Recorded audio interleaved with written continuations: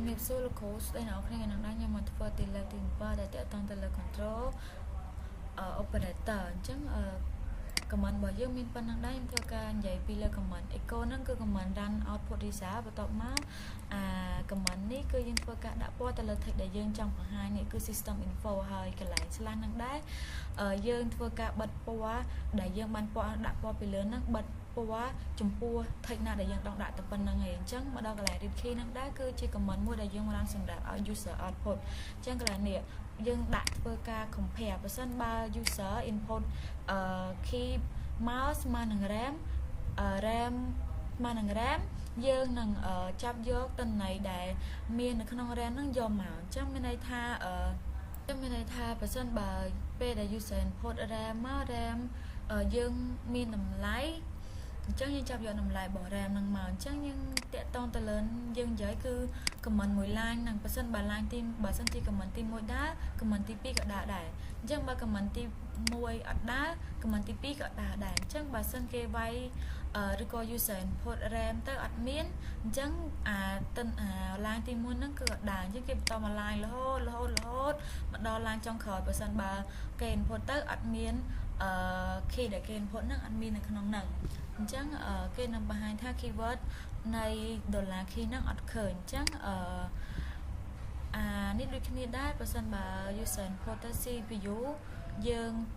មានអញ្ចឹងយើងចាប់យកតន័យរបស់ CPU ហ្នឹងមកអញ្ចឹងអានេះដើរនេះក៏ដើរអញ្ចឹងបើ CPU ហ្នឹងអត់ user អត់ input CPU ទេយើងអត់ចាប់យកតន័យហ្នឹងមកទេអញ្ចឹងធ្វើការតេស្តនៅលើ server យើងហ្មងទៅយើងធ្វើការ copy command ដែលយើងបានទៅសេនហ្នឹងយកមក copy យកមកវាយមកអូ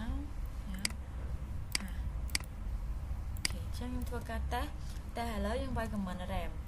អញ្ចឹងនៅពេលដែល user វាយ command RAM អញ្ចឹង RAM មានវានឹងចាប់យក result នេះពេលដែលគេវាយ user វាយ RAM អញ្ចឹង RAM បើវាមានវាដើរវា true អញ្ចឹងអា run command ទី2ហ្នឹងដើរហើយយើងចាប់យកតន័យនេះដែលបានហ្នឹងអញ្ចឹងហើយខ្ញុំធ្វើការតេស្តតទៀតទៅលើ command command របស់យើងហ្នឹងថានៅពេលដែល user វាយ input នៅពេលដែល user វាយ input ថា key ស្មើ CPU អញ្ចឹងបើ user វាយ CPU យើងតម្លៃនៃ CPU ហ្នឹងនឹងចាប់យកមកនេះដោយសារអីcommand ទី1ហ្នឹងដើរអញ្ចឹង command ទី2ហ្នឹងដើរក៏ដើរដែរអញ្ចឹងដើរហើយវានឹងចាប់យកតន័យហ្នឹងLS ហ្នឹង list របស់ CPU ហ្នឹងយកមកនេះអញ្ចឹងយើងធ្វើការធ្វើតទៀត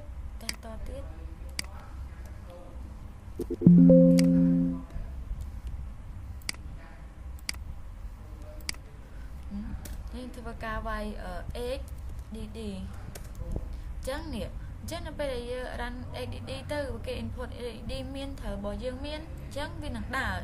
ហើយវានឹងចាប់យកអាតន័យរបស់ XDD ហ្នឹងយកមកនេះអញ្ចឹងយើងតទៅ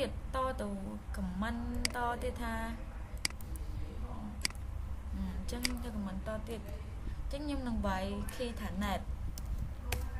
អញ្ចឹងនិយាយថាចេះcommand config not found but can be installed with sudo ab ហ្នឹងគឺជាការណែនាំរបស់គេអញ្ចឹងមានន័យថាពេលដែលយើង user run net ចូលប៉ុន្តែ net ហ្នឹងអត់មាននៅក្នុងserver របស់យើងទេអញ្ចឹងcommand ទី1នេះអត់ដើរអញ្ចឹង command ទី2ហ្នឹងក៏វាអត់ដើរដែរអញ្ចឹងវាអត់ចាប់យកតន័យរបស់ net ហ្នឹងយកមកអញ្ចឹងគេតម្រូវឲ្យយើង install តាមតែគេហ្នឹងអញ្ចឹងយើងចង់និយាយពីកន្លែងហ្នឹងគឺយើងចង់និយាយពី command បើ command នេះដើរ command នេះក៏ដើរបើ command ហ្នឹងអានេះអត់ដើរទេ command នេះក៏អត់ដើរដែរអញ្ចឹងវានឹងចេញតន័យ A នេះវាដាក់លក្ខខណ្ឌដូចយើងប្រើ programming យើងប្រើ if else តែនៅក្នុងនេះយើងអត់ប្រើ if else ទេយើងប្រើ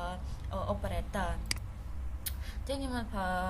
ម្ដងមួយទៀតគឺ time zone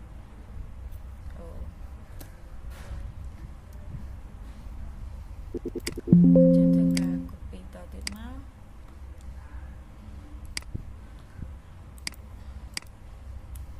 ចឹងយើងវាយ net ម្ដងអញ្ចឹងដូចគ្នាបើសិនច្រឡំយើងវាយ net